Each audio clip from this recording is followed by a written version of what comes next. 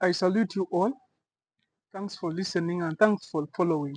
So basically, we are under Family Law 2, and what we are looking today, what we are going to look at, it is the custody or the order of custody, which is provided under Section 116 of the Children's Act.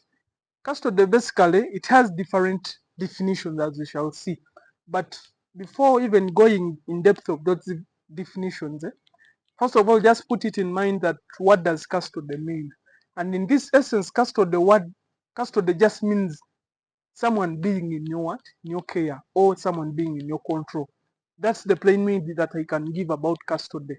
That you are having someone, but someone is in your care or control. That's basically custody. But when you come to this side, the legal aspect, custody, as I've said, that it's provided under 116 of the Children's Act as revised.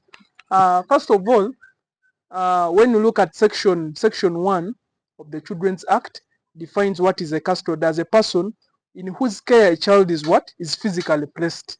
That is section 1 of the Children's Act. Basically, if we go further, you have the case of Hewer, Hewer versus Bryant. Bryant. Basically, this case also defines what custody means. Basically, it defines custody as full or equivalent guardianship of a child by unauthorized person by law. It is law that compels that authorized person to take the equivalent guardianship or care of that particular child. So I'll also improvise you people to normally also use the Blackstone Dictionary in certain what definitions. The Blackstone Dictionary defines custody to mean a detainer of a man's person by virtue of what? Of a process of process of law or authority, legal authority.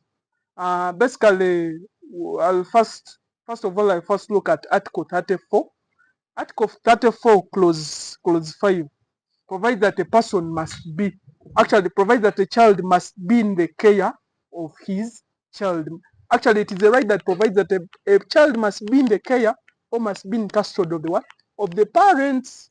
That is Article 34, clause 5 of the Constitution.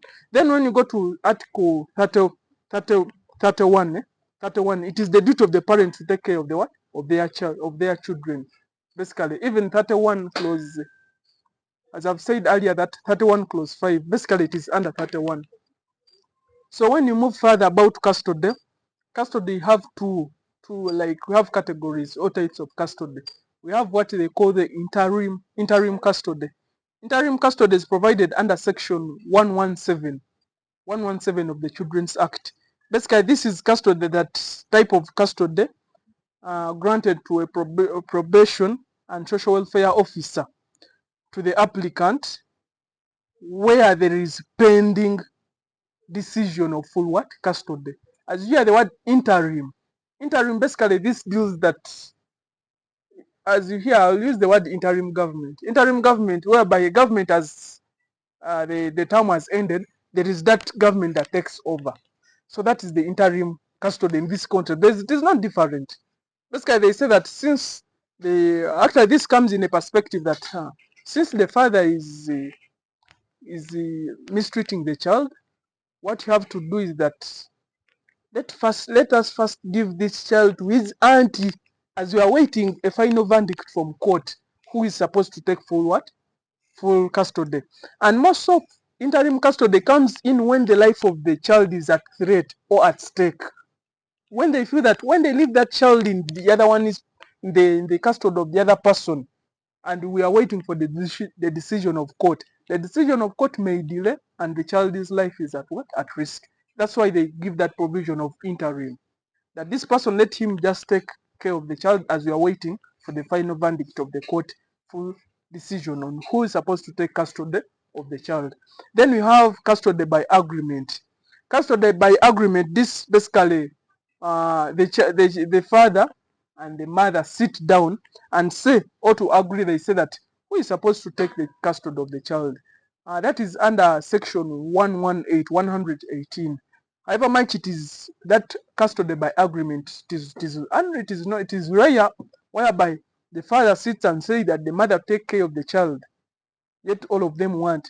So basically, that is by agreement. The two parents sit, the mother and the father sit down, and they say that, you know what, let my wife take custody of the child, or the wife says that let my husband take custody of the child. So basically, those are the two essential types of custody that we have. And basically, what you have to look at under custody is that they also look at the welfare principle. You get. Let's not forget that while they are giving custody of the child, they look at the best interest of the child, as we are going to see. Basically, when you read under section 116 of the Children's Act, provides that court can revoke an order of custody at any time where they feel that maybe it is in the best interest of the child. You get. Once it is in the best interest of the child, court can revoke the custody that it has granted. That is under section 116. And what you have to know, there's section 130. Basically, here it provides that when actually court feels that a child is being mistreated where he or she is, and you know there are certain families whereby you feel that the child is being mistreated, what and what. That is section 130, and the court feels that they feel the report of the probation and welfare officer. Court might say that, you know what, let's revoke this custody. Then we have section 132. This section provides that if the court feels that the parents are unfit, this deals with the two parents. Remember, I told you that under section 31, article 31, the child has mandate, has full mandate to be in the custody of his parents. But now section 132 provides that if the court feels that both parents are unfit to look after the child, or it is unfit that the child must be in the custody of the parents, then court will look for someone that is fit. You get. Basically, note this: custody can be given even to the father and the mother, regardless whether you are the parent. You get. Court is the one to give you custody. It can.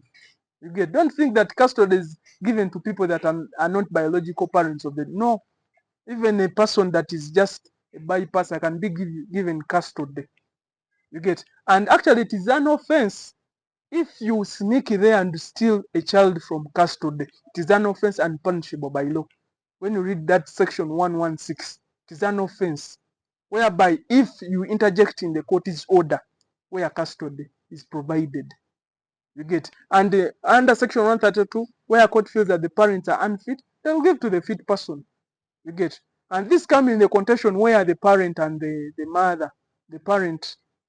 wife and the husband, they want, maybe they have divorced, as basically as we got our family law one under divorce, where the husband and the wife have divorced, and they wish that, I want to go with my children. You have heard of the song that Mwana wa Musajja, Mwana wa Mchala. So that song brings this element that there is a rope that is being pulled, that Mwana wa Musajja, Mwana wa Mukazi. Now it is court to give a final verdict. Is it true that Mwana wa Musajja or Mwana wa Mchala? You get. And the person that is given custody has the ability, who has the potential to apply for maintenance. Not that. He has mandate to apply for maintenance. You get. The person that takes custody. We saw the case of Hope Babisomi versus Julius Wabinumi. That case provides the custody, whereby the court awarded custody to the wife. You get. And later even the wife was given maintenance. You get. Basically, the case of Hugh versus Bryant, we also saw it. It is a locus class case that defines what custody and defines what is needed under what custody. But note that when court is awarding custody, they look at the welfare principle, the best interest of the child, to give a final verdict. It is not matter that tata ya motoka. No, basically, let's leave that boda jazz. You get? They look at the who has where will the comfort of the child be? Is it the father or the father? But other than that, thank you for listening. Continue watching and stay blessed.